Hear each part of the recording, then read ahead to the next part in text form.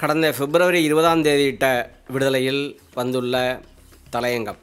தலைப்பு: போலிகளை அடையாளம் காண்பீர். மனோஜ் ஸ்ரீனிவாஸ்தவா என்ற பாஜக பிரமுகர் தமிழ்நாடு அரசு குறித்து தொடர் வதந்திகளை பரப்பி வருகிறார்.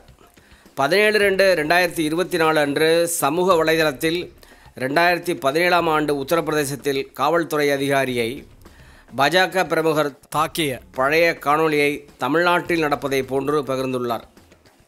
அதில் அவர் ஹிந்தியில் எழுதியிருப்பதாவது: பாலியல் வன்கொடுமை குற்றவாளி டிஎம்கே சட்டமன்ற உறுப்பினர் மன்சூர் முகமது என்பவர் விசாரணைக்கு சென்ற காவல்துறை அதிகாரியை தாக்குகிறார். இதற்கு ஸ்டாலின் அரசும் துணை நிற்கிறது என்று பதிவிட்டுள்ளார். இவரது இந்த பதிவு 20 லட்சத்திற்கும் அதிகமான முறைகள் பார்வையிடப்பட்டுள்ளது. இது ஒரு எடுத்துக்காட்டை.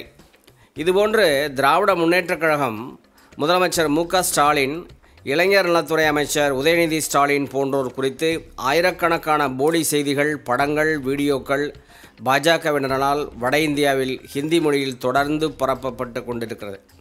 அதை தடுக்கவோ அல்லது விளக்கம் கொடுக்கவோ யாருமே இல்லாத நிலை உள்ளது.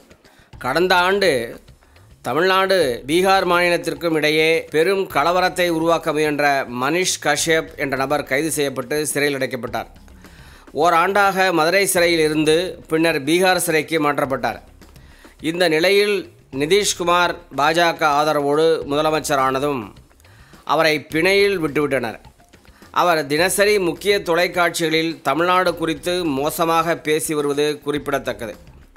திமுக தொழில்நுட்ப பிரிவின் கவனத்துக்கு இது வந்ததா என்று தெரியவில்லை. பொய்யும் புனை சுரட்டும் பிஜேபி சங் பரிவார் வட்டாரத்துக்கு கைவந்த கலை. இவை இரண்டும் அவர்களின் இரு விழிகள். சீனாவின் ஷாங்காய் பேருந்து நிலையத்தின் படத்தினை குஜராத் அகமதாபாத் பேருந்து நிலையம் என்று விளம்பரம் செய்த மோசடி நினைவில் இருக்கிறதா? மக்களவை தேர்தல் வருவதற்குள் இதுபோன்ற அபாண்டமான பொய் புழுகளை அவிழ்த்து கொட்ட கோடிக்கணக்கான ரூபாய்களை செலவு செய்து கூலிக்கு ஆள் அமர்த்தி விபரீத விளையாட்டை நடத்தி காட்டுகிறார்கள். நாம் அதே போன்ற முறைகளை பின்பற்றாவிட்டாலும் பிஜேபி காவி கும்பலின் மோசடிகளை அவ்வப்போது அம்பலப்படுத்துவது அவசியமும் காலத்தின் கட்டாயமாகும். இளைஞர்களே, போலிகளை அடையாளம் காண்பீர். இதுவரை 2024 பிப்ரவரி 20ஆம் தேதி நாளிட்ட விடுதலையேட்டின் தலையங்கத்தை வாசிக்க கேட்டீர்கள். அறிவுச்சுடர் வலைக்காட்சியை நீங்கள் சப்ஸ்கிரைப் பண்ணாமல் பார்க்குறீங்கன்னா மறக்காமல் சப்ஸ்கிரைப் பண்ணுங்கள். உங்களது கருத்துக்களை கருத்துரை பகுதியில் மறவாமல் தாருங்கள். வணக்கம், நன்றி.